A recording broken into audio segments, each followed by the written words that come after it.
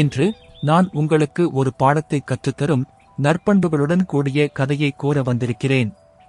இந்த கதையின் தலைப்பு தொழுவத்தில் ஒரு நாய். ஒருமுறை ஒரு அமைதியான சிறிய கிராமத்தில் உள்ள பெரிய குதிரை தொழுவத்தில் ஒரு நாய் வசித்து வந்தது.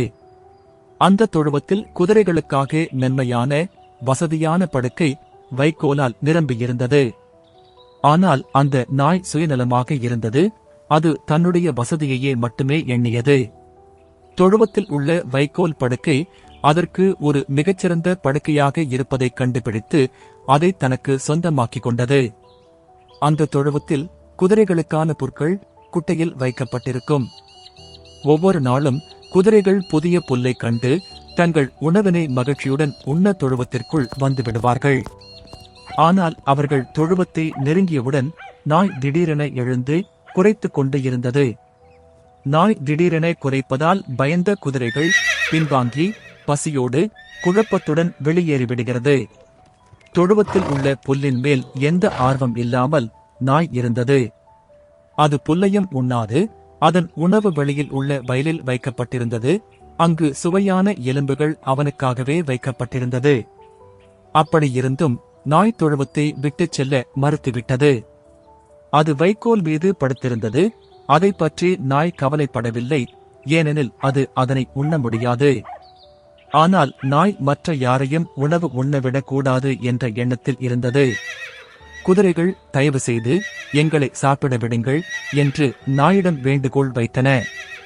உங்களுக்கு வெளியில் வயலில் சுவையான எலும்புகளை வைத்துள்ளார். நீங்களோ புல்லை உண்ண மாட்டீர்கள். அதனால் வெளியே சென்று உங்கள் உணவை கொண்டு மகிழுங்கள் என்று கூறியது. ஆனால் நாய் மிகவும் பிடிவாதமாக இருந்தது. எவ்வளவு குதிரைகள் கேட்டாலும் அல்லது விளக்கினாலும் அது நகரவில்லை. நாட்கள் கடந்தது. நாய் தொழுவத்திலே இருந்தது. குதிரைகள் நெருங்கும் போது குரைத்துக் கொண்டு இருந்தது. குதிரைகள் பசியாகவும் பலவீனமாகவும் ஆகிவிட்டது. நாய் புல்லை சாப்பிட முடியாது என தெரிந்தும் தொழுவத்திலிருந்து போகாமல் குதிரைகளை பசியால் வாட வைக்க விரும்பியது. எவ்வளவு சுயநலமான நாய் என்று குதிரைகள் தங்களுக்குள் பேசிக் கொண்டிருந்தனர். அது புல்லை சாப்பிட முடியாது என்று அறிந்தும் தொழுவத்தை விட்டு வெளியேறவில்லை. அது நம்மை பசியால் வாட வைக்க விரும்புகிறது.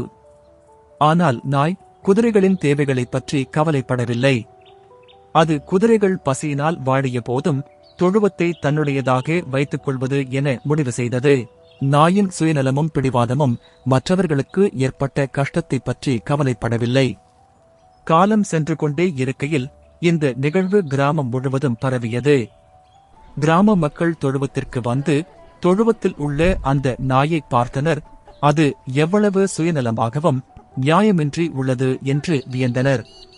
கிராமவாசிகள் தொழுவத்தில் ஒரு நாய் என்பது பிறருக்கு வேண்டிய ஒன்றை தடுக்க நினைப்பவர்களை விவரிக்க ஒரு சொற்றொடராக பயன்படுத்த தொடங்கினார்கள். நாய் மற்றவர்களுக்கு மட்டுமின்றி தானும் பாதிக்கக்கூடிய சுயநலம் மற்றும் பிடிவாதம் எப்படி தீங்கு விளைவிக்கும் என்பதற்கு எடுத்துக்காட்டாக மாறியது. குதிரைகள் மிக வலிமையற்றவையாக ஆகிவிட்டன. விவசாயி இது எதனால் ஏற்பட்டது என்பதை உணர்ந்து நடவடிக்கை எடுத்தார். அவர் நாயை தொழுவத்திலிருந்து வெளியே எடுத்து வெளியே உள்ள வயலில் அவனுக்காகவே வைக்கப்பட்டிருந்த இடத்தில் எலும்புகளை வைத்தார். குதிரைகள் இப்போது தங்கள் புல்லை அமைதியாக சாப்பிட முடிந்தன மற்றும் தொழுவம் அமைதியான நிலைக்கு திரும்பியது. நாய் இப்போது வெளியே இருந்தது. அதுவும் சூரிய ஒளியில் ஒரு வசதியான இடத்தையும் சுவையான எலும்புகளையும் கடிக்கும்படி வைக்கப்பட்டிருந்தது. ஆனால் அது தொழுவத்தின் சுகத்தை அதன் சுயநலத்தால் இழந்துவிட்டது. அந்த நாளிலிருந்து தொழுவத்தில் ஒரு நாய் பற்றிய கதை அனைவருக்கும் மறக்க முடியாத ஒன்றாக மாறியது. தாங்கள் பயன்படுத்த முடியாத ஒன்றை மற்றவர்கள் பயன்படுத்த விடாமல் இருக்கக்கூடாது என்பது அனைவருக்கும் நினைவூட்டப்பட்டது.